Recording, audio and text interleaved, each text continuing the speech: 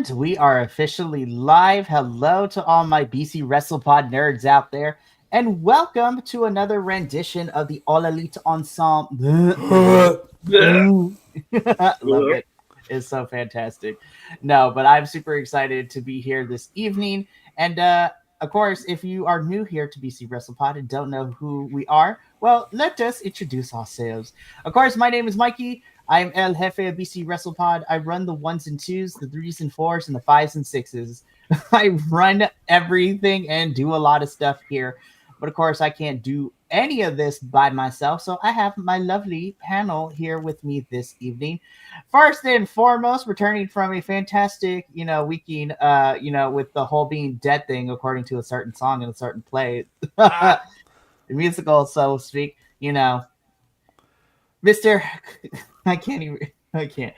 JBL is in the building, Mr. Claudio Cavitapi, I believe. It gets cut off at the bottom of my screen.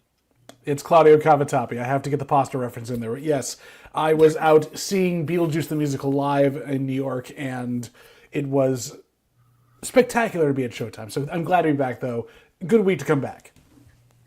Very, very, very, very good. I'm glad you had a good time. And of course, what a perfect way, because we got winter is coming this week. So, oh yeah. Oh boy. Lots of things happen on the Dynamite and Collision shows. And then, of course, rounding out our trio this evening, you saw him not too long ago, this past Saturday with me, reviewing, just a small little company called Ring of Honor. No big deal, where they put on, Final Battle, things like that. Where did they wrestle?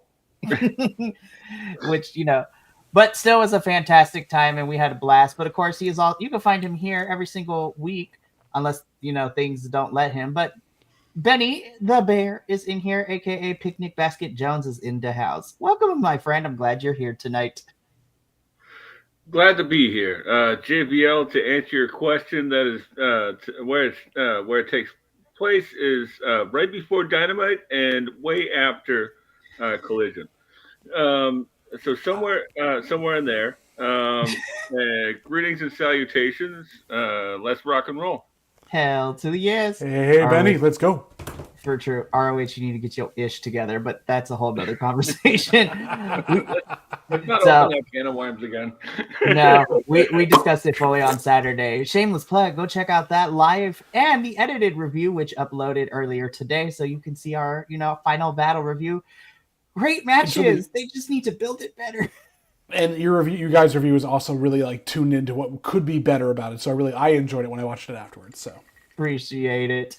But we are here to talk about the December 3rd edition of Dynamite and the December 6th edition of Collision. Lots of different things here, and I'm not gonna lie, this week totally messed up my predictions for the Continental Classic bracket, because I was like, Nobody is eating pins this year. Alrighty, they learned their lesson for the first two. Let's go.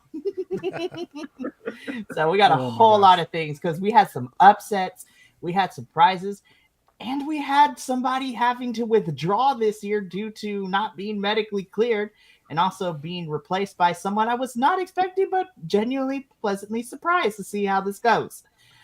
So let's get into it. Before we do, though, really quickly, if you like what you see here, subscribe to the YouTube and the Twitch and Kick. You can follow us on your favorite social media site at BC WrestlePod. And we also have some lovely merch at bcwrestlepodshop.fourthwall.com.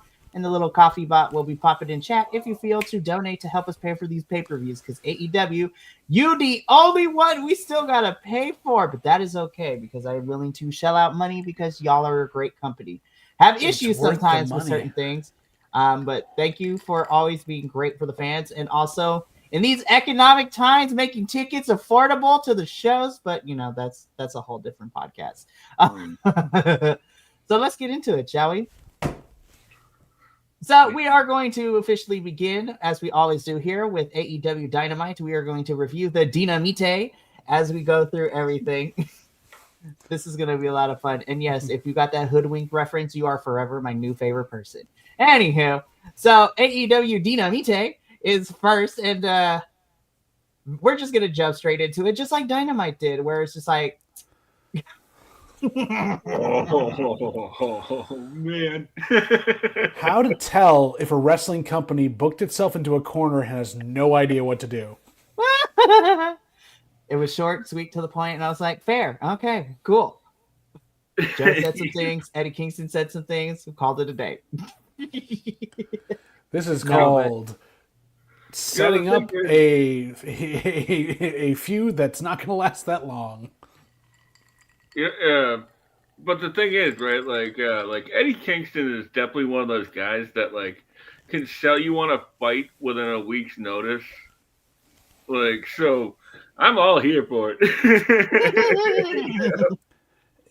The fact that they did a face to face really got me like, are you planning this to be a long term like program? Because Eddie's just barely back. Joe, for all the love that he's getting for carrying this title back again, like really isn't. He's going to be a transitional champion. We know this. Oh yeah. So like, what is the point of this?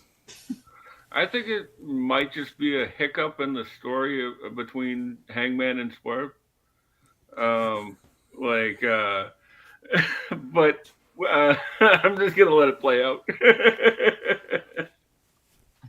Yes. Every good wrestling podcaster's tool set, the wait and see. Exactly.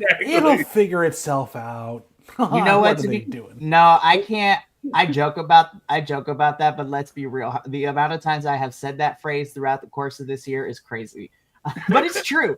We're gonna have to wait and see. And sometimes the results are a lot sooner than we think they are. Sometimes they take a little bit longer. Sometimes they get dragged out where I'm just like, okay, I've lost interest. But Yeah. Yeah, I'm very interested.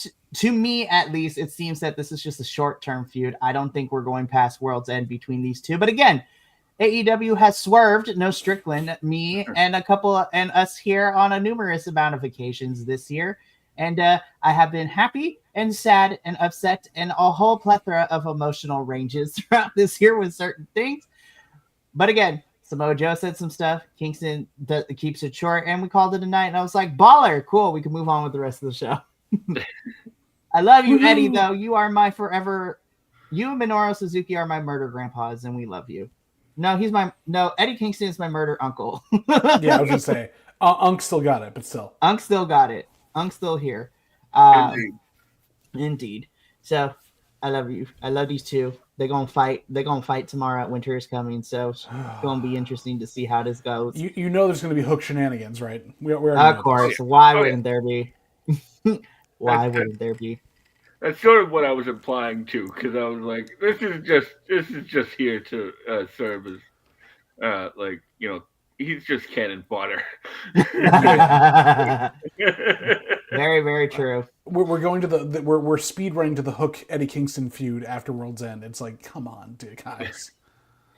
Well, speaking of which, we'll get into them a little bit later. There we go. Jeez. This picture, What? man. Again, thank you, Pro Wrestling and MMA, for getting the best screenshots I can possibly use. I'm pretty sure I've seen something on a corn place that started like this. Really, guys, right in front of my salad. Two influencers steal a homeless man and do things to him. Oh, Lord. Delete your search history, kids. Delete your search history. Delete the Incognito search mode doesn't keep you incognito, folks. for reals.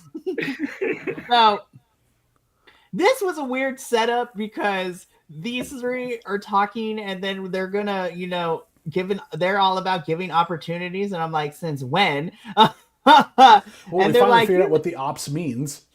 yeah. And so they're like, we're going to give opportunities. And I was like, okay, who are you about to fight? And then they said, we're going to give an opportunity to the Dark Order. And I was like, well, I know how this is going to go. You kids want to see a murder? Hi, kids. You like violence? Hello there, fellow children. Do you want to stab people? Oh, Lord.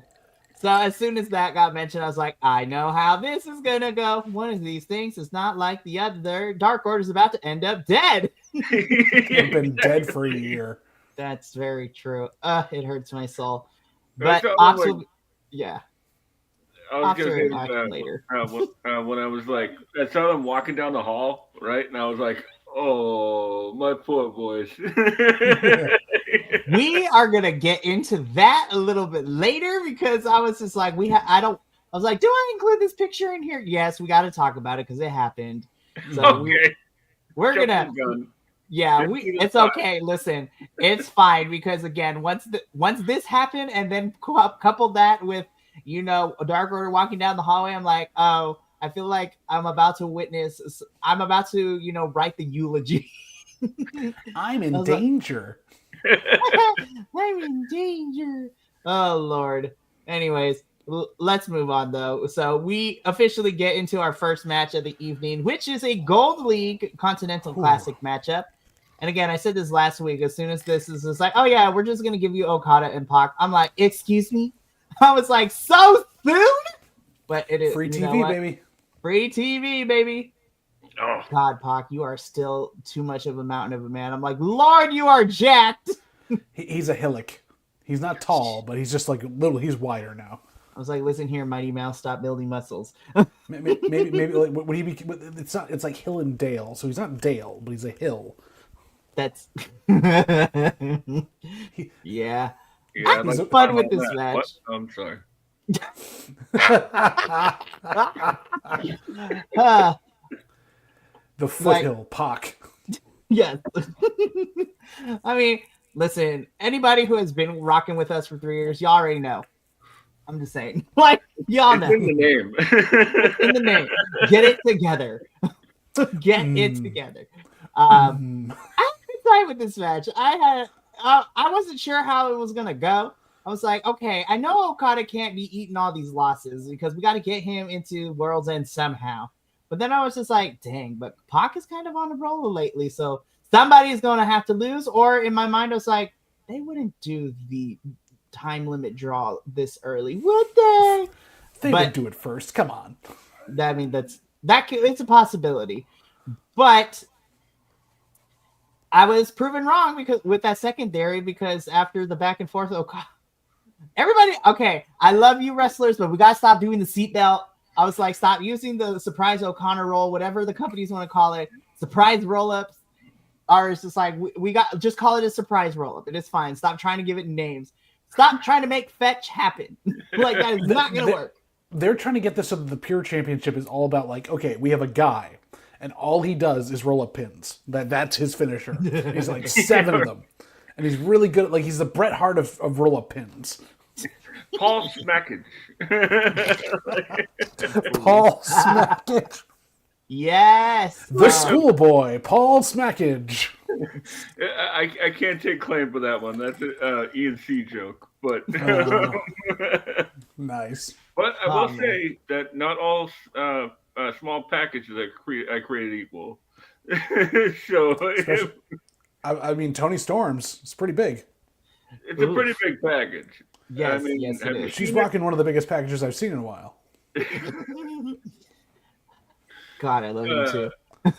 Anywho, so yeah, for me personally, I had again. Stop trying. Just call it a roll up. It is okay. Like I have seen enough of it in 2025 that I was just like, it's gonna happen in some capacity, especially in these types of tournament matches where you don't want somebody to definitively lose, but still lose.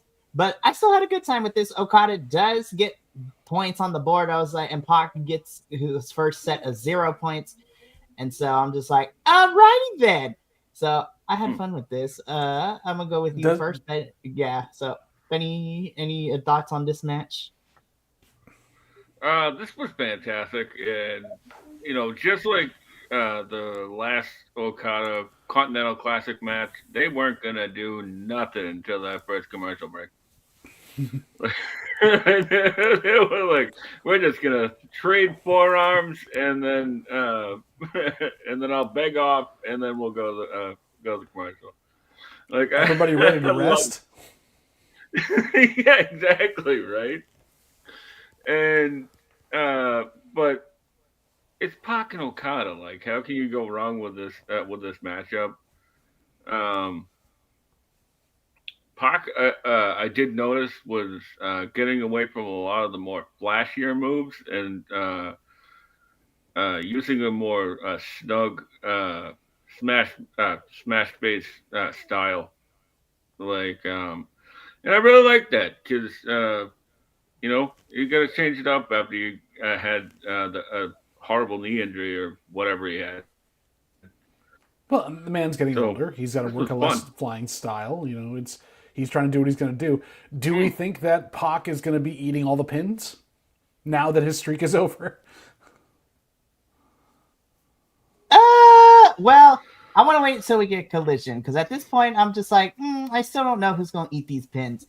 And then when we get to Collision and find out who is replacing who, I was just like, I think we may have solved the issues, but also I still don't think it's 100% clear. I am a little sad. I mean, I know Yes, Takesh please. I know we're going toward at the end of this tournament, but I feel like a Pac Okada final would have been amazing if Pac was in the other group. So For reals. because he would be a great champion for it too. So I hope we see more of this, or Pac starts to branch out, and, like take other people on, because he needs to just like get those wins back and be more focused on TV. 100%. But yeah, what a great first actual match to get in, for this episode of Dynamite. I was like, I am excited. Energy up, let's go. Exactly. You're like, all right, let's see what else we got next. Mark Briscoe is forever my favorite meme of 2025. Fight me on it. I love Mark Briscoe. I think this is what this title is now needed. Like, how do you follow Kyle Fletcher with that? You do the most unhinged person in the company holding this title and going nuts. Gosh, I love it. It's fantastic. But I'm also excited too because Daniel Garcia versus Mark Briscoe on paper, I'm like, this is going to be a slap match. I'm excited. This is going to be a banger. I can't wait. So I the only thing that's going to throw me is that Daniel Garcia is wrestling in shorts. It still just throws me off. God, it still is annoying to watch. Even when he was in Mexico, I'm like, it doesn't look right. Surprisingly, Wheeler, I was like, oh, hi, Wheeler, you're here. You're not Brock Lesnar. You can't wear those shorts. I'm sorry.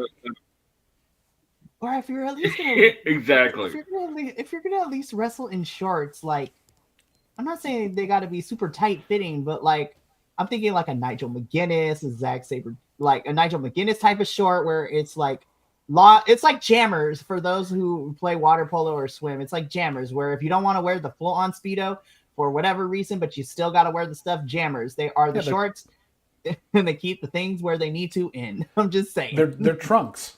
Exactly.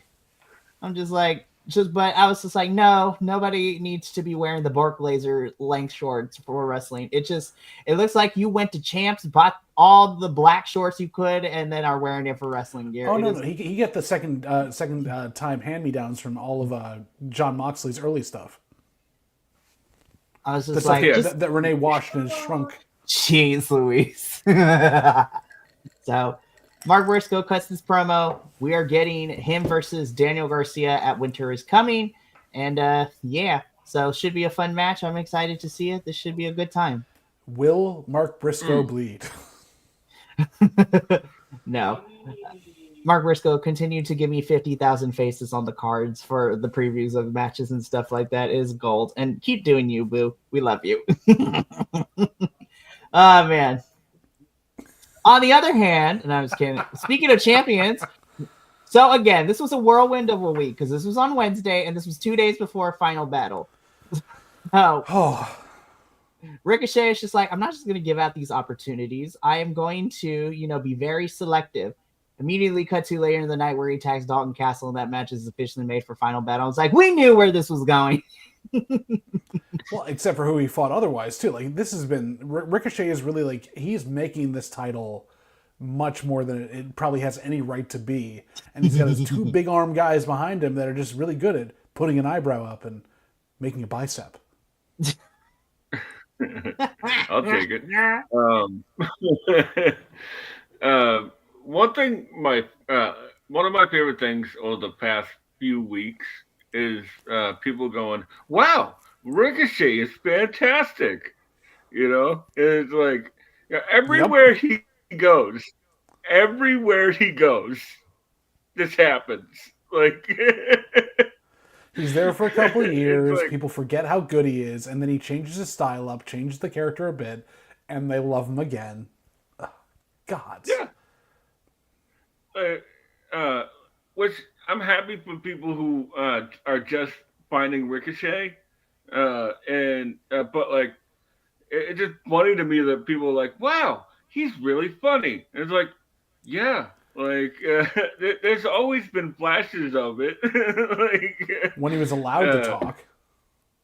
yeah, exactly, and like he was Prince Puma on Lucha Underground, and the juniors champion, and in New Japan, like at the same time. This And, guy's amazing. he's a walking Homestar Runner reference for all of us, too, because he is Trevor the Vampire and what? Exactly. And maybe cosplaying a certain alpha male a little bit too closely for comfort. I mean, it's okay. Sort of, not really, but still. As long as he doesn't Don't go like down the that road answer. that alpha male did. I mean, you take where your character's from anywhere at that point, and I mean, he is a known quantity in a lot of the circles that watch this stuff. Yeah, it makes sense. So again, this set everything up for Final Battle, and I was just like, all right, Ricochet, we know where this is going. I'm not mad at it. So, but yeah, Ricochet is just so much fun. I love this heel version of him. I was just like, just let the man do things. He's great. Bald. He is fantastic.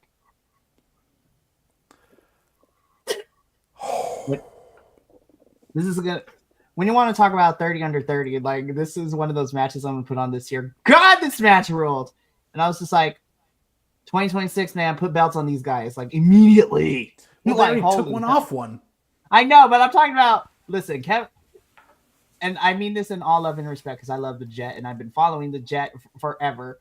I was like, give Kevin Knight, well, give him and Speedball either the tag titles, or if that's not in the card, let Kevin be, a mid-card champion. I would love for him to do that. But Kyle Fletcher, I'm on the agenda to push this kid to be world champion in 2026. Holy crap, man. This match was banging.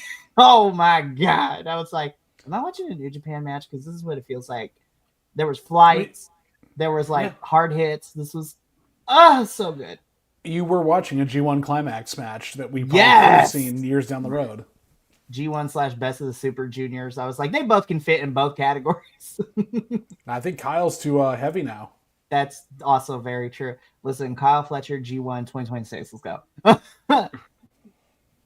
But man, I don't have a lot of notes on this match because I didn't write any because I was glued to my screen because that's how. Go watch this match. Just go watch. Go watch the match. It's great. Go watch it. This is one of the few ones of the night. Yeah. The only thing I really have to say about this one is like, man, New Japan really dropped the ball on this one. Like, and we are reaping the benefits. We are reaping the benefits. Reals, y'all didn't want to keep Kevin Knight. Okay, that's cool. Or at least re-sign him for multiple years. That's fine. But I'm glad he's in AEW. Him and Speedball have been killing it this year since their debut. Or at least this half of the year, because it feels like they've been here forever. They've only been here for 3-4 months at this point. Right. So, yeah. I mean, Kyle Fletcher does end up winning. So Kyle at this point is now leading the Gold League. But damn, Kyle and Kevin Knight, I run it back again. Give me 15 matches. Give me everything. This pairing just works so well. So good. Anyways, moving on, because again, we can gush all night, but yes, go watch this match. Please do. This is I'm going to revisit this. I think this is probably one of my favorite matches on AEW this week, but then I was just like, I'm going to wait until the end of the show to solidify that, but I think this is probably will be it. And then the Don Callis family had to cut a promo. I was like, God, we ruined such a great match. He's kidding. There was a lot that happened in this, though. This is a lot. So I also love that he's cutting this promo and then we cut to commercial. I was like, yes, I was laughing so hard. They cut him off mid-promo to go to commercial. Yeah. And then when we come back, he's still going. Don is still going. And so, everybody's getting attacked. The Young Bucks come out. You know, Jack Perry is literally destroying Okada's finger. The Bucks come in for this. It's a lot. A lot of things happened in this segment.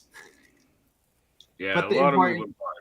yeah, a lot of moving parts. You know, we got Jurassic Express, Kenny and the Bucks on one side, the Don Callis family on the other. I was just like, well, damn. This is a lot. First I don't know question. what else I can add to that. So yeah. That's true. Be like, it's a Don First Callis question. family. So Who do you think was El Clone? hey, listen, I need to leave in 2026 for wrestling promotions. Hear me out, and this includes you, AEW, because I love you, and thankfully you haven't done it too much this year. But 2026, I need us to leave the who's behind the black hoodie and mask gimmick. Like, I need the mystery person to be left behind in 2025. Nobody cares about that. It is unoriginal, and honestly, y'all don't know who you want yet either. So just don't. Just have someone attack someone outright. I don't care. Like, I was just like, ugh. Anyways, but Yeah, like that guy that jumped all those people at the end of War Games is like, is this the Black Scorpion? God, don't even get me started. The Doing the Black amount, Scorpion. the You mean Ric amount Flair was of Klon? yeah, the amount of eye rolling I did both in person and during the review on Sunday. Me and Kilt just rolled our eyes. We're like, oh God, here we go. Also, justice for LA Knight. Anywho, moving on. All right, here we go. A lot shorter than I wanted it, but watching Megan Bang destroy bitches is great. I am a little bit sad though about the result, but I'm also still kind of happy. But we get a hardcore holiday death match. Again, we did not need to include death. You could have just called it a hardcore holiday match. Like, that is all we have to do with that one. But this is the second women's world tag team championship semifinal. The Love Bombs of Toni Storm and Mina Shirakawa taking on Big Problems, Marina Shafir and Megan Bain. And you know what? I had a great time. This was fun. This was a blast. I'm just a little sad it was a bit on the shorter side, but you know what? I had a good time with this one. This was fantastic. They've been doing that though, where they've been cutting back the women's matches again as we're going into the new year. I'm like, Tony, you talked about an all-women's pay-per-view. Like, you should be pushing this harder. Yeah, I completely agree. Then again, like with this new tag team of Shafir and Bane, not to sound contradictory, but it's like, they don't need 20 minutes to do damage. You know, like all True, they need but their to do opponents is need 20 minutes to take them down. yes, exactly. It should. That's a very good point. Maybe contradictory wasn't the right right attitude, but I just meant, like, I agree. It should have gotten more time, and I think the hardcore part of the the death match stipulation was just to get it past the censors.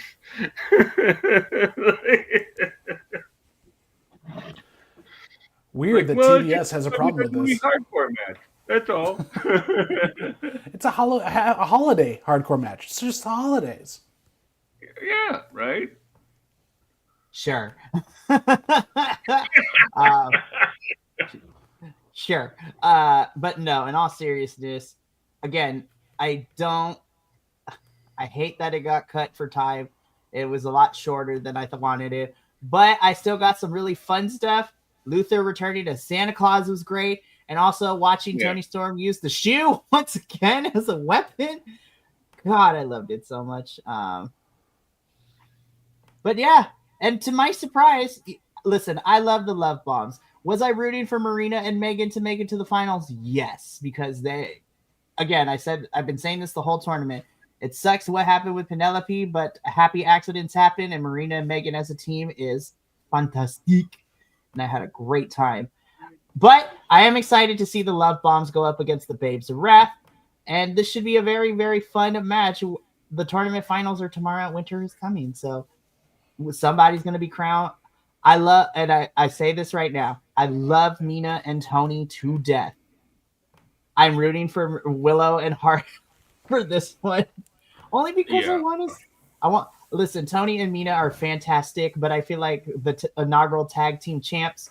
Well, I wanted Megan and Marina. I think Willow and Harley have a lot more. They could go on a Bandito run, is what I'm saying. They could go on a Bandito run for a couple months and then drop it to somebody else. But I feel like everybody loves Tony and Mina, but Willow and Harley though, I feel like you have the potential to make some moolah, lots of dinero, and also again Bandito run, like Brodito run. Let's go. but you, and the other thing is you need Tony to come back into the title picture at some point. She needs to join the women there. You've got Mina flying around there. She can go for that, TBS title and maybe be the one that like takes it off whoever takes it off Mercedes or helps out. I mean, Tony with a TBS title run would be interesting too. Who knows? Yeah. So only time will again. One of those things. Time will tell. Have fun though. Yeah. Very much. Cool. Anyways, after this match, my heart. I can't. I wasn't ready. I knew they this got was the going to be matching gear just for this. Yeah, is that purple crocodile? It's fake plastic crocodile, but yes. Okay. Like, that's an interesting choice. It's just odd hurt too. my There's soul. no Stu Grayson. We need Stu Grayson back. For real. This hurt my soul so much watching this. I was like, all right, let me write this eulogy real quick. Oy. And also, I know I miss Hangers and Dark Order together. I miss them together. I miss them so much. Yep.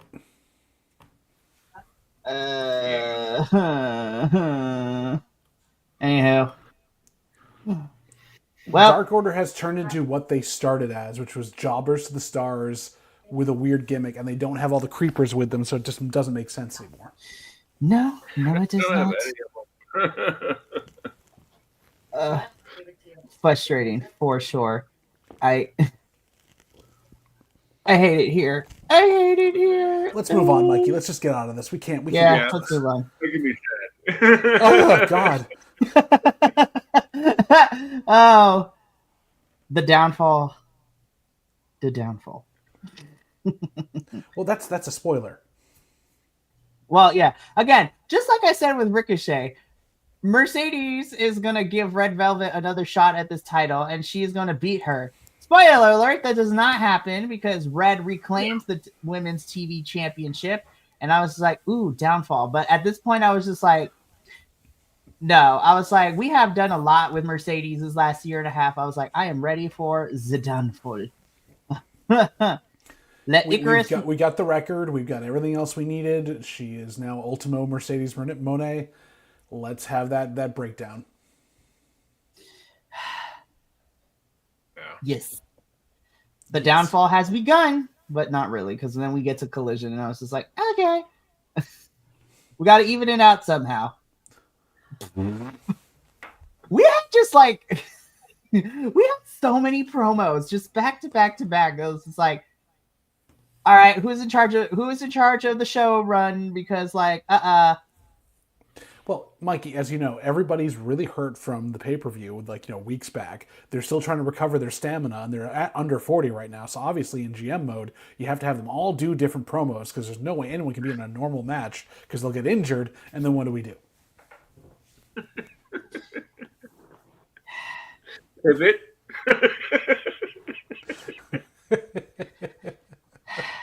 I will just say this: Stokerton,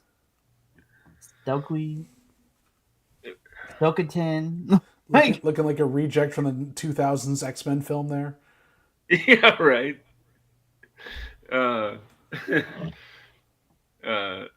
Like this was all fine. But imagine sitting in that crowd, like just being Yeah.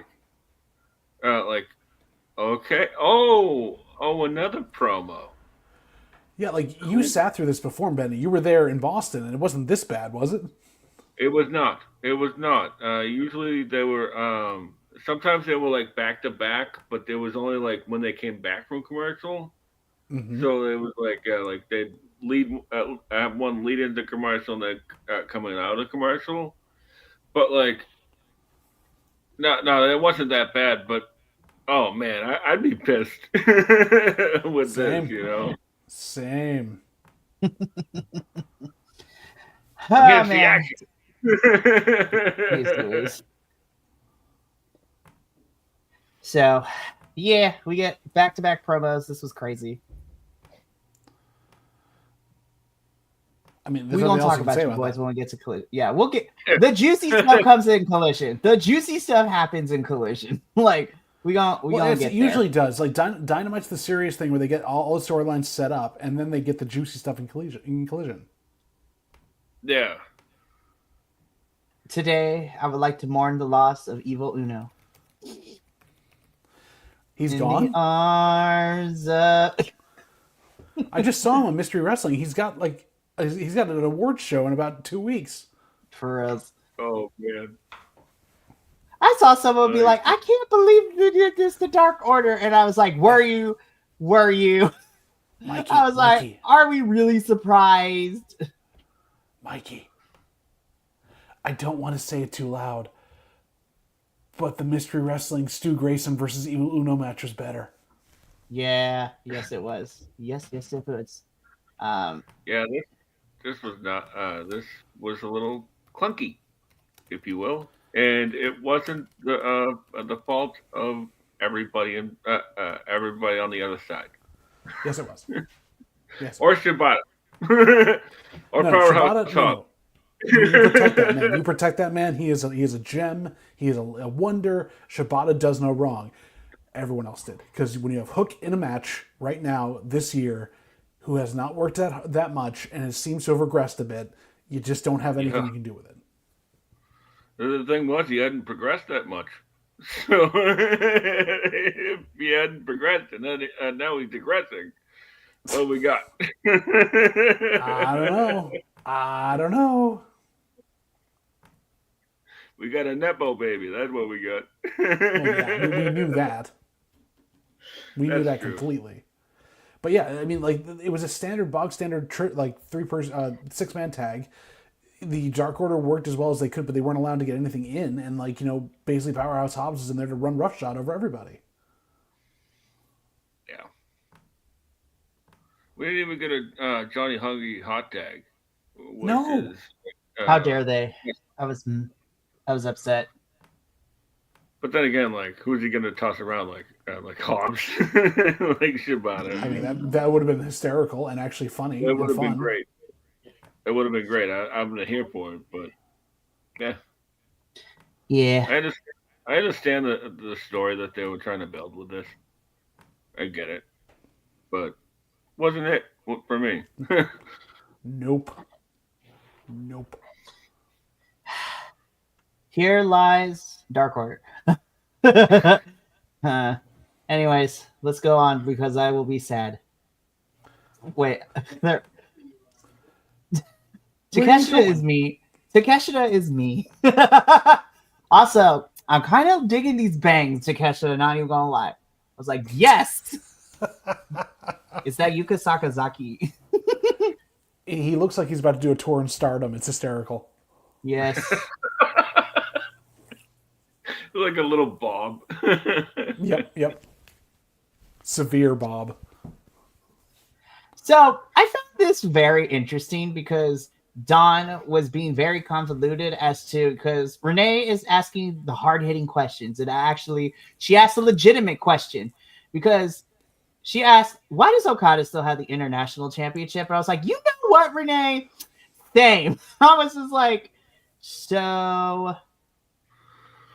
what are we doing? And so Dawn explains to us, it's just like, it's only the Continental Classic, so the Continental Championship is on the line. It would be a bad gamble to put the international, and I'm just like, I wonder. I Well, was also, just when they made the Continental Classic title, they combined the international title with the other title they combined it with to make the Continental Classic because Eddie Kingston had to carry 3 belts.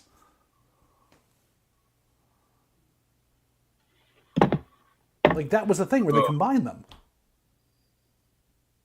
yeah, like I was just Now, like, it just they should have just had it for the unified, but it's okay.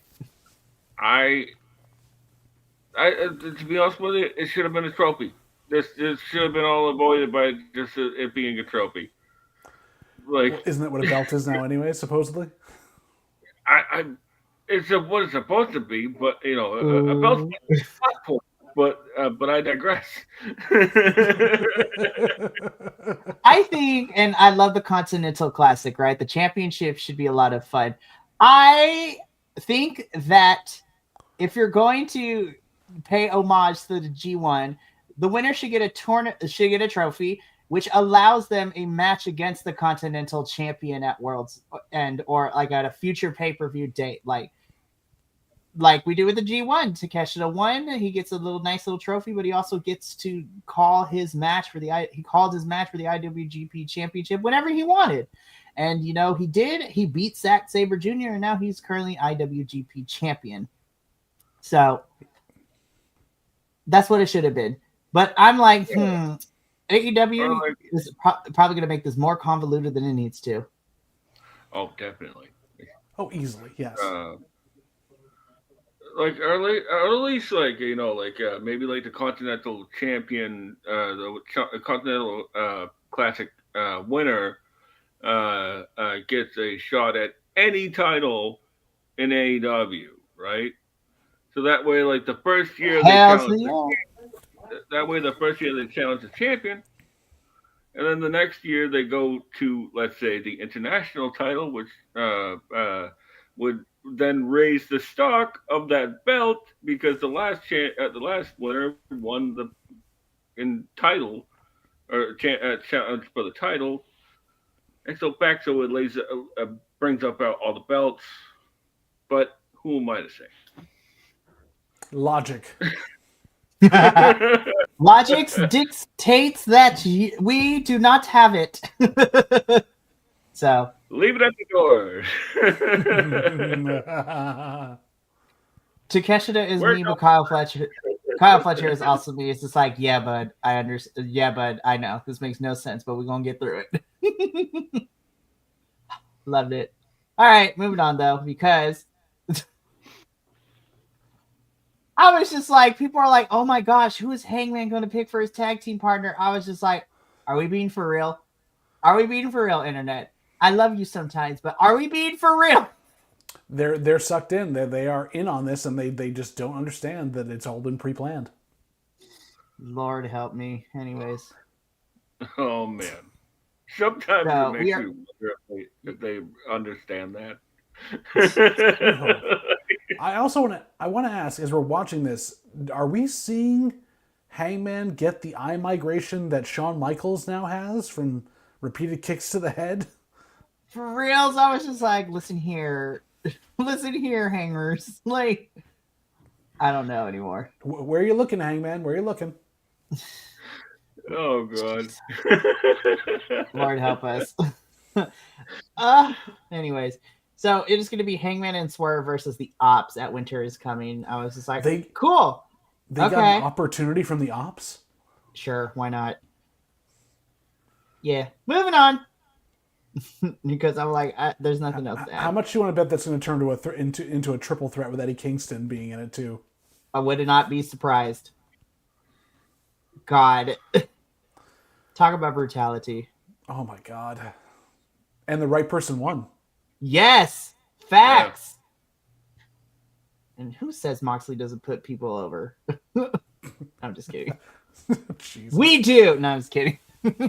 I was thoroughly entertained by this for a lot of reasons, and I'm excited to see Claudio have like a bit of a run here to completely knock down Moxley into this whole more spiral of crazy. Yeah. One of my favorite things was that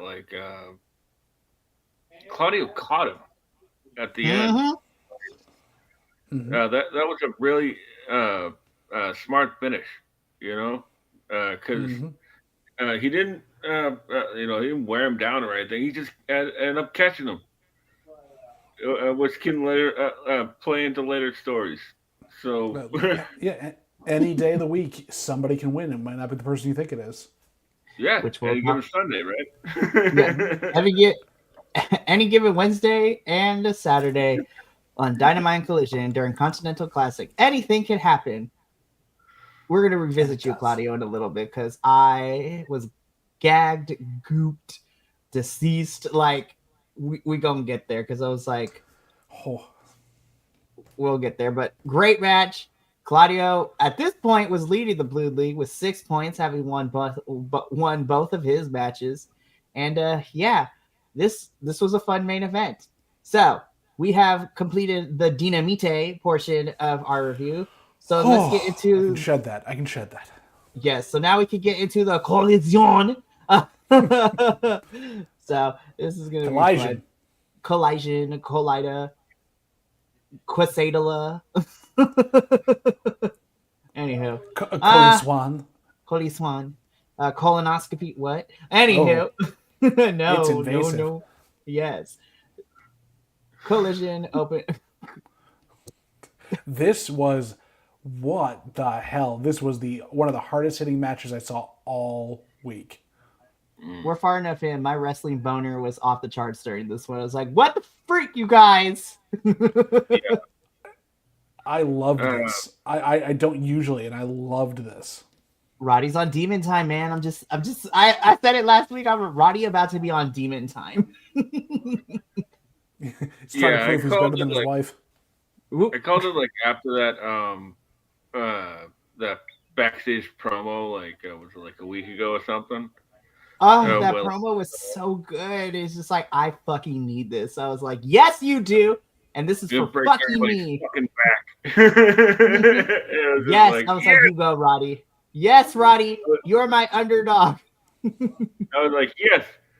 And you're going to be the Daniel Garcia of this entire tournament. Yep. Somebody has to. But you know what? I've been really enjoying so far Roddy just losing his absolute mind. And he's like, I'm about to punch everyone out and I'm going to be so upset. He's about to unlock demon time and just go nuts. I can't wait for him to play spoiler against somebody later in the Continental. Like, honestly. But holy hell, man. Once again, or people say Orange Cassidy is nothing but goofy, and you know what? Facts, because he is goofy. But this man's can wrestle and can work with anybody. And Roddy out here in his porno mustache, like I joke about it, but this is the Roddy Strong I've needed in AEW since he got here. This is what I need. Orange does win, which makes me sad a little bit. I was like, I'm kind of rooting for Roddy here, but you know what? No, Orange needed to win for that. He's back from all that stuff. This is a big win. He needed to get back on track. Yes, especially losing Claudio last week too. So, right. Orange got points. Roddy out here. I'm not gonna lie, you guys. I'm kind of ready to see Roddy and Mascara go at it because I'm like, I don't know how that pairing's gonna work, but I'm kind of here for it. The amount of ways he's gonna catch him out of the air to put him in a backbreaker is gonna be amazing. Yes. God, and Mascara can sell like crazy too. So good. I was just like, how you gonna open? By the end of this, I was like, I'm mad that you opened up Collision with this AEW. How dare you? I'm also, but at the same time, I'm happy this time of year because we get the Festival Classic. This is so much fun. Oh, good. I'm still trying to figure out if this or Kevin Knight and Fletcher was my favorite match this week. I'm gonna put it as a tie for now because I can't pick because they were both one for each show. Exactly, one for each show. So, this is so good. I love this. Yeah. Moving on though, because I could gush about this, but we'd be here all night. So good. Speaking of, so just hear from them. yeah, but this is the continuation. This is the extended edition. This is the extended edition, and I was just like, all right, here we go. When Mr. Gunn slapped the mic out of Dax's hand, I was like, oh, shit just got real. I was like, this is what I need to see from the Bang Bang game. Like, oh lordy, this so I'm the son of a Hall of Famer. He's the son of a carpenter. You're the son of a cousin. like this is what I need the direction for Juice and just the Bang Bang game in general. Like they can be funny, but they also will beat you up if they need to, and they ain't afraid to step up. Because again, we got reminded last week that the Bang Bang Gang is the only team left on this roster that has got a win over FTR, and FTR has yet to come for that and rectify that situation. So I'm like, let this be a world's end match, please. I think that's what they have to do to get it somewhere, and this will be an amazing match, especially if one Jay White seems to appear out of nowhere to even the odds against Stoke. Back. Yep. Man, I miss Jay White so much. Me too. It's just like this promo was fantastic, and a lot of people talk about how far this person has come, how far this that person has come, and nobody really talks about the Guns, Austin Gunn, especially because one is missing. Yeah, that's true.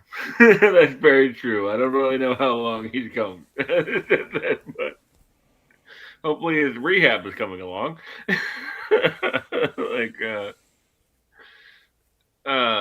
Austin is just fantastic. He was the MVP of the pandemic era, and I really didn't know how things were gonna pan out because he always seemed like a overexcited kid in the ring, but he's come a long way, and all of this was fantastic.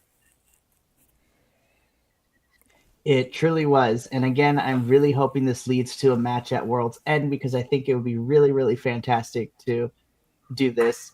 Plus, especially be really good for the Bang Bang game to be on a pay-per-view like this that is not on the 0 hour / tailgate brawl. I honestly hope this goes to a best of 3 like they did with the Bucks, because then if they get the win back, if FTR beats them, now they're even.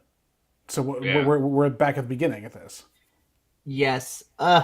Yeah, but as soon as that microphone got slapped, I was like, oh yes, baby, here we go. I was like, I need this intensity from them, but good job. This was at first I was like, FTR is basically giving us a rehash on Wednesday. All right. And then Bang Bang Gang comes in, and then I was like, oh, now I'm interested. Indeed. Yes, indeed. Moving on, though. So, we learned that Darby is not going to be cleared for the rest of this tournament. So, he cuts a promo where he's still going to go after the Death Riders. But in the meantime, we find out who is going to be taking his place, and Jungle Jack Perry is now in the Continental Classic taking Darby's spot. So I was just like, I don't know how well this is going to go for Jack, but I'm interested to see I am excited to see him go up against some other folks. Now, of course, like last year when we had to substitute somebody in because they got hurt, Jack is going to get Darby's points, which is at 0 at this point. But Jack gets 5 more matches, so I'm interested to see, how he does. And I am excited to see him go up against some of these folks in the Gold League. I was just like, very unfortunate, but then I was like, well, yeah, Darby has, I don't know, 2nd-degree burn. So I'm like, What did you think was going to happen? But I am happy that we did get Darby and Kevin Knight because that match was banging. It definitely was. I am sad that Jack Perry put in there. He was just back with Luchasaurus now, so they were starting to get some momentum. So this kind of derails it a bit, but he does have aspirations to be a singles wrestler. So this is gonna be a good litmus test for this man. But I'm excited though. I think this is good to get reps in for him. And you know what? Because the Don Callis family is predominantly in this Gold League, he could still carry that storyline with Kenny and the Bucks and Jurassic Express going after the Don Callis family. So I'm excited. You know what? This is, again, a very sad for Darby, but at the same time, I was just like, this is a good opportunity for Jack, and I'm mad at it. Yeah.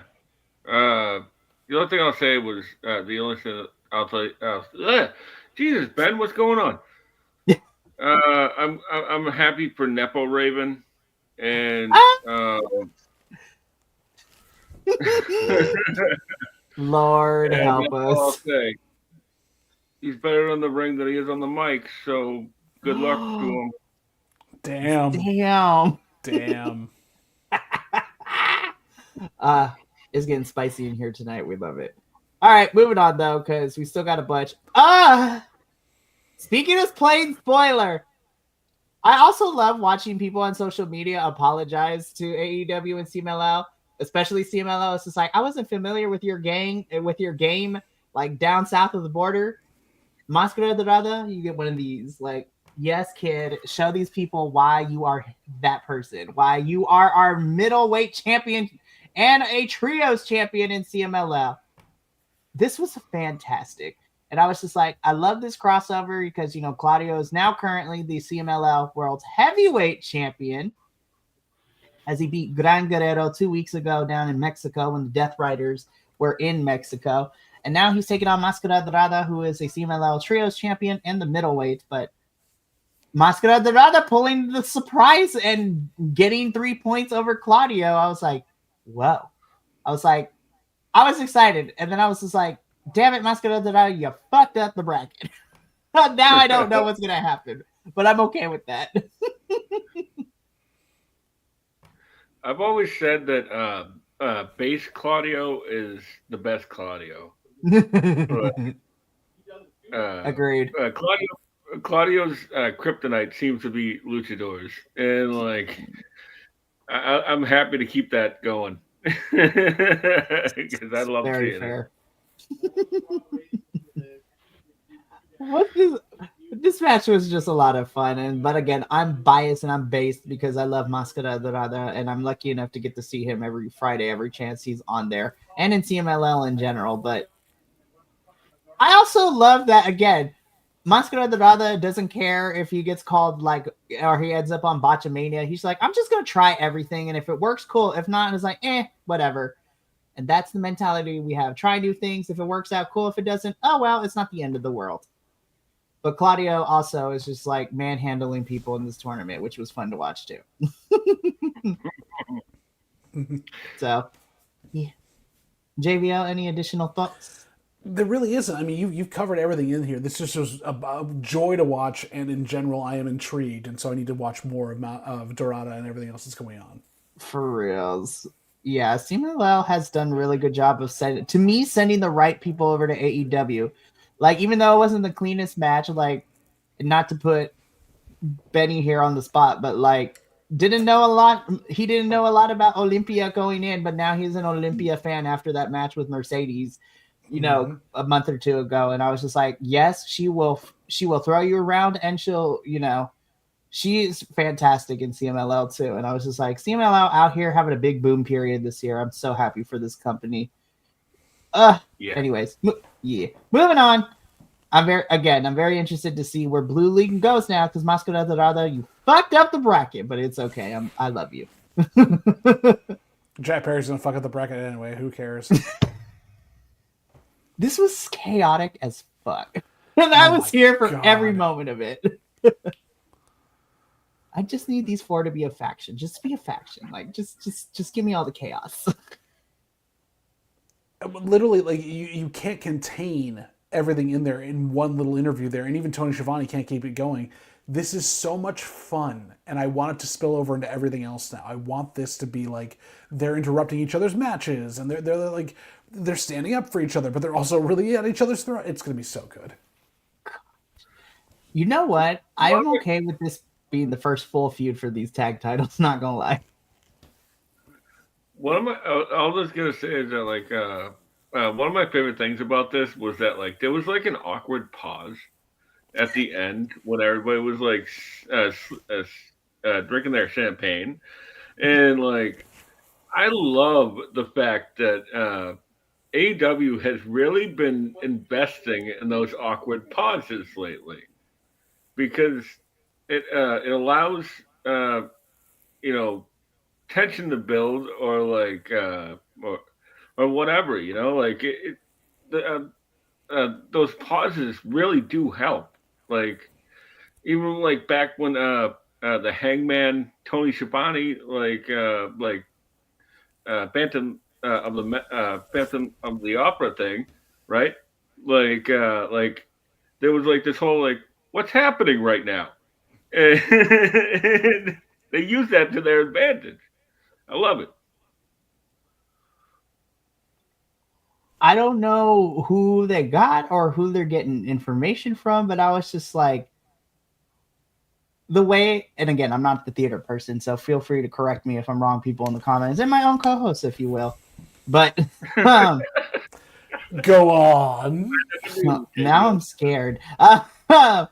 No, but it seems that, again, I think it's a testament to the talent as well, but like the dialogue that is being used, and again, from more of a writing and character motivation, natural is not the correct word, but it doesn't feel very scripted, if that makes sense, the way that we're utilizing these awkward pauses.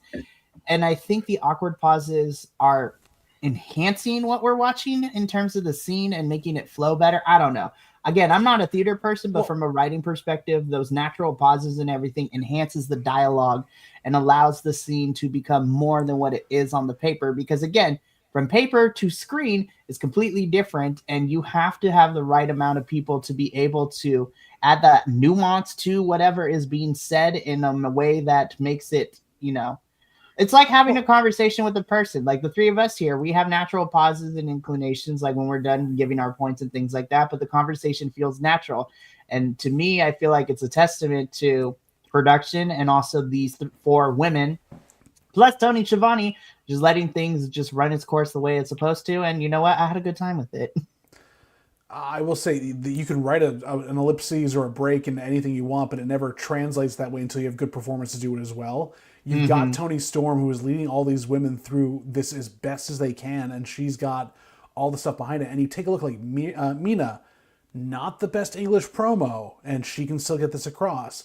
Harley Cameron can chew scenery with her face without speaking, and so you want those pauses so she can be everywhere. And Willow is not the best promo, but she's getting there. But the thing is, they all trust each other, and they go with, all right, we're gonna see this and try this and make it work. And Tony is there to Tony Schiavone is there like, okay, I'm gonna give you a count through here. We'll give you what you can. Trust me, we're gonna get through this. And they did, and it really does draw, as you said, Mikey. It adds to the dramatic tension. It breeds tension without having to add anything else. It's wonderful.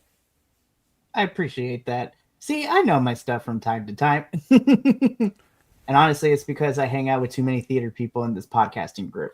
But that's all. But I do not regret it one bit. I'm excited for your kids. Listen, there's a lot of theater kids, and I've come to learn that there's also some scene kids up in this piece too. So I'm learning and I'm having a great time being here. I'm just a sponge. I'm absorbing it all. But I am actually, I was still excited, but now I'm more excited for winter is coming, specifically for this match tomorrow night. So I can't wait. Going to be a good time. But we do have a rest of the show to get through because there was still a lot of things to talk about. And I mean, I'm going to be honest. This was good, but like it hit all the points, but like it was sort of clunky.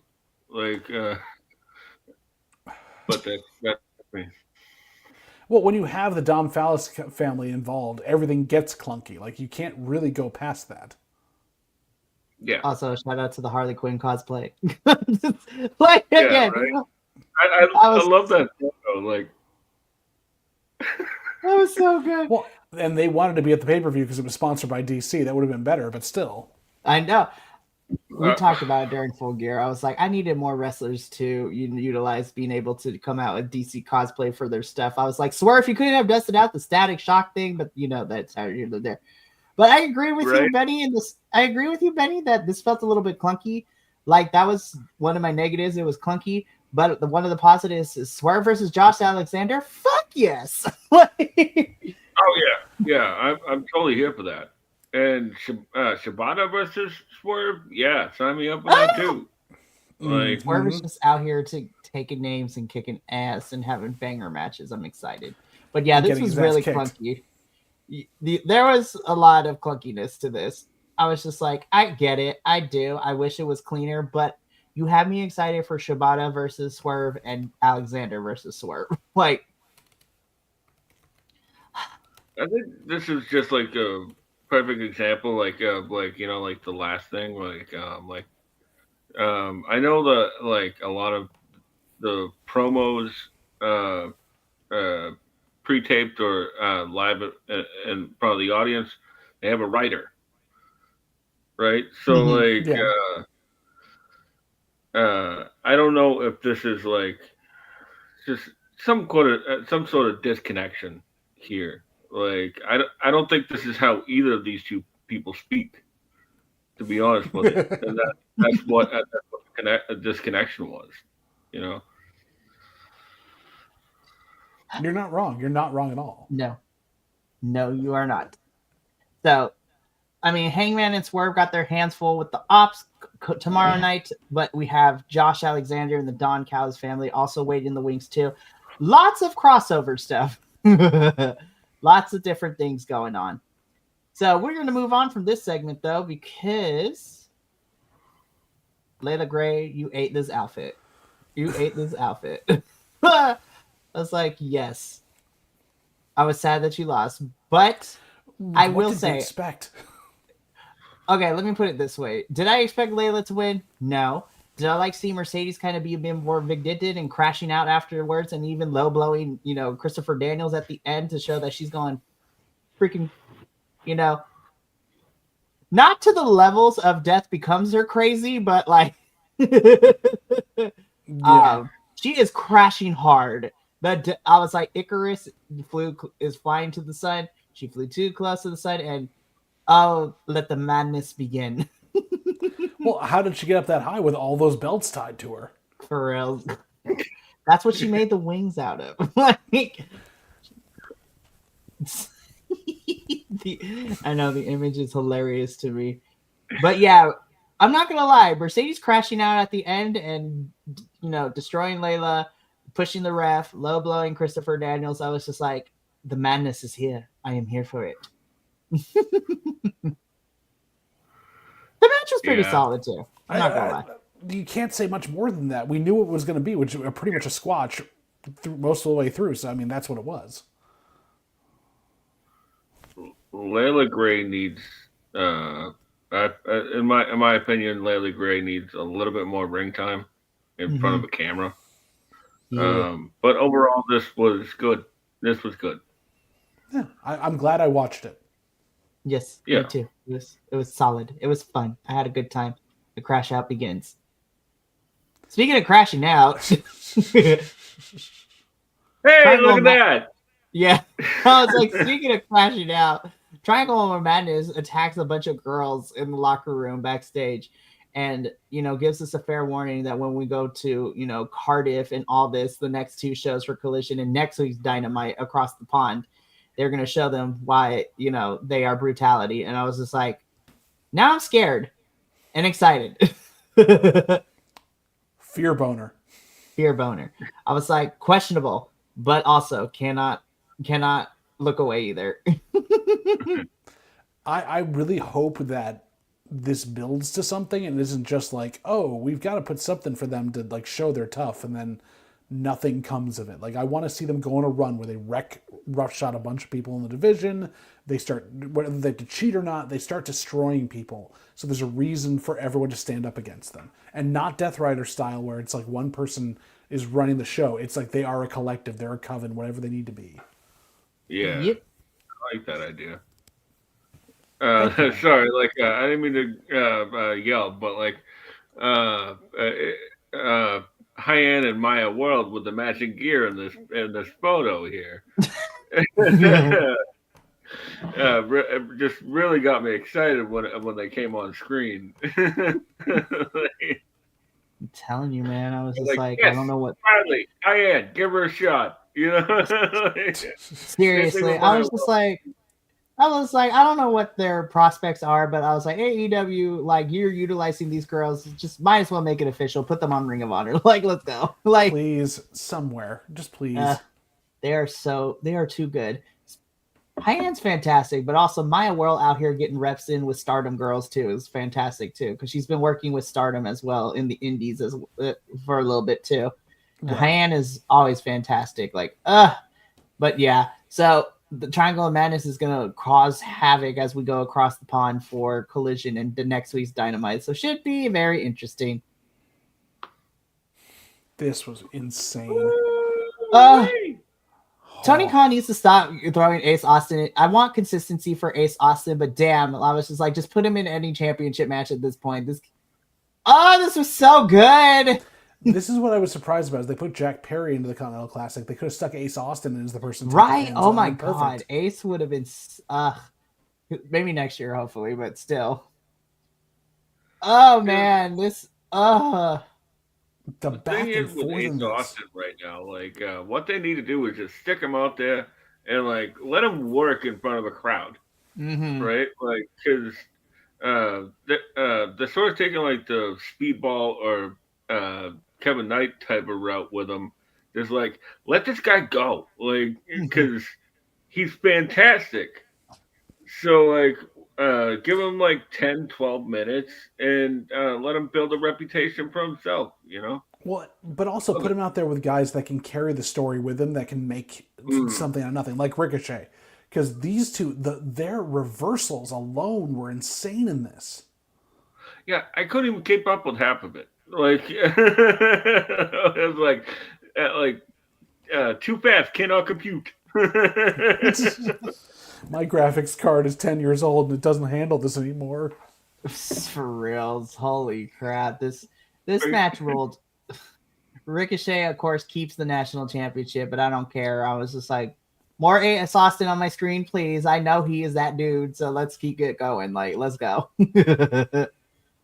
Oh man, they're just again when this got announced, like before the show started, I'm like, this is a random match, but I'm excited. By the end of this, I was like, I need a cigar because like I am spent. Like, anyways, more Ace Austin on my screen, please. He's fantastic. And shout out to Ricochet for holding it down as always. He's fantastic as selling and also helping in terms of like making his opponent shine as well. So good.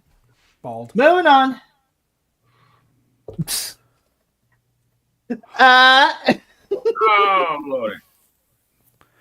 You We know, went from really earlier cool.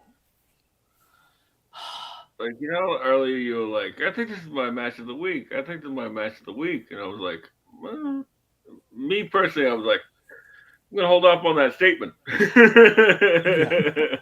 Yeah. Yep. I was just like, you just I had to go for a second one after this. It was like, God. Man. Well, I mean, we're far enough in. Fuck. what Yeah. did we expect with a guy who works snugger than Moxley going up against him with an athletic style, and Moxley having his mental breakdown? And he can also work that strong style too, because Mox has put in the time and years and reps into New Japan as well. But oh my god, these two brutalized each other. Woo! What a what a match, man! Like we got big match John in this, and like we also got like NJPW mocks, like Well, when you're fighting the like IGPW champion, you have to bring back NGPW Mox. and indeed, and like how like certain people like they have to wrestle up sometimes, Mm-hmm. like when they're facing other people. Like I think Mox actually brought up Takeshita in this one a little bit, like Wow. because like Mox was meeting him, but like Takeshita was like oh yeah, let's see if we can push this, and like Mox was like Yeah. yeah, I'm right there alongside you, and it's like it was Oh, beautiful. we're allowed to have fun with this in the violent way we do. Let's have some fun. Yeah. Let's have a slobber knocker, if you will. Just because he's trying to be Steve Austin doesn't mean we have to pull that stuff, Benny. Come on. If it fits, it fits. Eh. Moxley 316 says, "I just bled by breathing." Oh my! We're gonna put that on a T-shirt somewhere. But I was copy gonna and say, like, do you think that Mox like bleeds from putting on a T-shirt? Like, oh no, I Prob- put. I would not be surprised if he did. When he pulls the sheets down in the morning and it goes by him, at some point he just bleeds because the sheets are too sharp. But yeah, holy crap, man! I love Continental Classic season. Like, I really do. Best time of the year. It really is. Takeshita beats Moxley. Takeshita is now tied with Claudio in the league for 6 points. It's gonna get crazy. Well, and they both have beaten Moxley. It's very true, and you're right. They both have beaten Moxley. And then I was looking at the board earlier today, and I was just like, all right, what matches do we have left? And I was just like, I said this when we talked about the Continental Classic, and again, I'm biased as hell, but to be quite honest, because I've seen Takeshita go up to the likes of El Desperado and Titan over in New Japan, I was just like, Takeshita versus Mascara Dorada. I was like, now it's one-on-one from All Out Toronto. Like, I'm just like, God. And then I'm like, but I'm going to be so for real, though. Takeshita versus Speedball. Ooh! Oh, yeah. Love it. Love it. I was like, oh, shit, I forgot. Speedball still got to fight some people in here. Speedball versus Mascara. We're getting a rematch from Arena Mexico. Like I've been saying, like you know how at World's End, like the runners up, the two tied or whatever, the winner and the runner up for each block, right? Mm-hmm. Like you're gonna face the opposite of each of the respective block, right? Yeah. Like I'm just thinking to myself, like, can we please just get that Okada Claudio match? Here's the thing, right? And they did this last year, and I'm kind of hoping they do it again, where let's just call it what it is. The people who don't win, the losers of the Continental, doing all. I actually really enjoyed the All-Star tag we got last year with, the losers of the Continental Classic. So I'm just like, listen, a 4-on-4. Like the losers of the Continental Classic, you get a 3-on-3 with whoever doesn't make it into the semis. I'm here for it. Like, honestly, let's go. And I will take anybody. Yes. So all the losers in a 3-way, yes, please. Or that too, I was just like, just give me an exhibition match. That's all I asked for. Anyways, but man, Continental Classic is always great, and I am looking forward to what we are getting for Winter is coming. Well, we are getting Winter is coming for both Dynamite and Collision. Of course, the Winter is coming in for Dynamite is here in the States, and then Collision will be across the pond, which is still super exciting. But again, let me remind you what is coming to us tomorrow night for Winter is Coming Dynamite. And I also love the special graphics that, social media people are putting out for this, especially the AEW graphics department. Thank you for being creative and not being boring. Of course, we get Hangman and Swerve taking on Hobbs and Shibata. Shibata bread. We love Shibata bread in this household. We are getting the finals of the women's tag team tournament. Babes of Wrath versus the Love Bombs. So super excited to see all that. We are also getting Joe versus Eddie Kingston for the World Championship, which should also be relatively fun. And then something that I forgot to mention throughout the Dynamite and the Collision review as well. The ring is coming back into play. The Dynamite ring is about to be coming back, and I was like, I smell MJF lurking around somewhere. He's going to win it again. He really is. But guys, I don't want y'all to forget about Collision, because Winter is coming for Collision is also about to be on and popping. We are getting Swerve and Josh Alexander going one-on-one, and I was like, yes, please. I was like, We are also getting Mark Briscoe versus Daniel Garcia for the TNT Championship, which also has me going, But then what makes me go, is Jamie and Chris versus the Sisters of Sin. I'm like, I'm telling you, It was Collision has so all the intense great that graps. Benny lost his feed. Lord help us. Oh man. But that is going to be it for us. Winter is coming is going to be a fun 2 weeks, and it's crazy because we are 3 weeks out until World's End, so it's going to be a wild time. I'm looking forward to it. It's But gonna that's going to build. be it for us here at All Elite Ensemble. We do still have a very fun week ahead of us, and that begins tomorrow evening. We have our double header, 5:30 p.m. Pacific.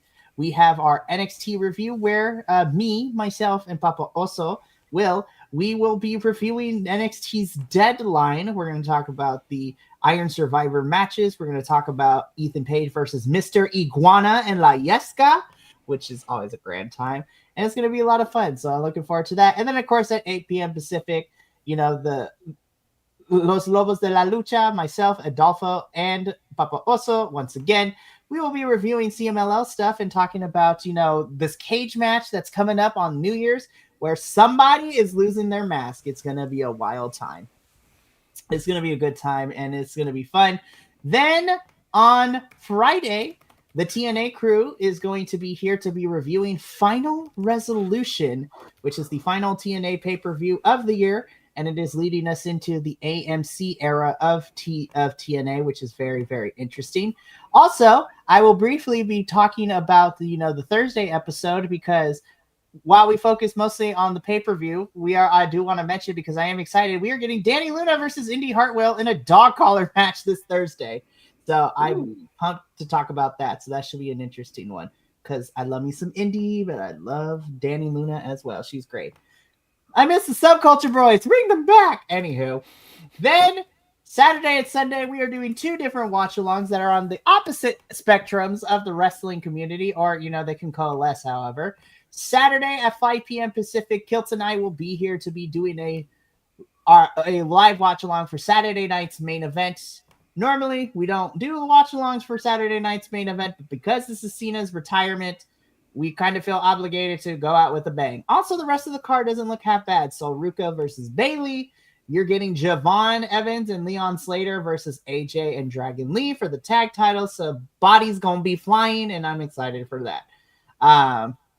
Then on Sunday at 5 p.m. Pacific, we go to the opposite end of the wrestling spectrum where do you like violence? Do you like seeing blood and gore? Well, we got the thing for you.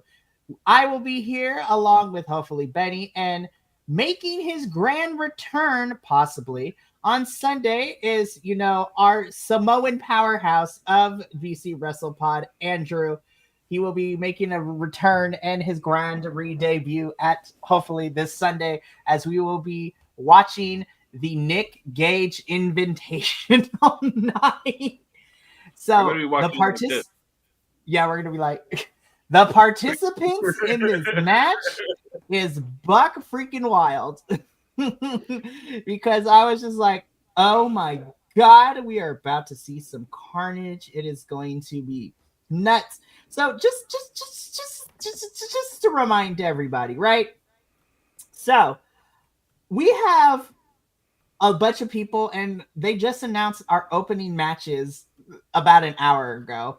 So in the Nick Gage Invitational, we have our opening matches. We are getting Drew Parker versus Jack Harrup. That's going to be nuts. Otis Koga versus The Bev, which is going to be nuts. Lil Sicko versus Mr. Danger. So tag team partners going up against each other. But my opening match, because this was his inaugural death match into the world of deathmatch wrestling in GCW, and we're getting a rematch in opening round. Slade versus Bear fucking Bronson. Oh my god. Listen, Bear's first death match was against Slade, and that shit was crazy. And I'm excited to see this match again. Whew. So that is all going down Sunday at 5 p.m. Pacific. I'm surprised they didn't put them on the opposite sides of the bracket so that way they could meet in the finals. But it is what it is. I'm excited. Here's hoping that Bear goes all the way and wins this thing. Also, we'll be talking about Bear Bronson this Friday, too, as he made his TNA debut, and he was at the tapings this weekend, so who knows? He might get signed, he might not, but I'm happy to see Bear on more outlets. But that's going to be it for us here tonight. Thank you so much for tuning in to All Elite Ensemble. Make sure to tune in for some other fun reviews this week. But from all of us here at BC WrestlePod to you at home through your screen, remember, take care of yourself, love one another, stay iconic, and more importantly than anything, you always deserve to finish your story. We will see you for our double header of NXT Deadline and CMLL tomorrow. But until then, sayonara, adios, and until next time, peace.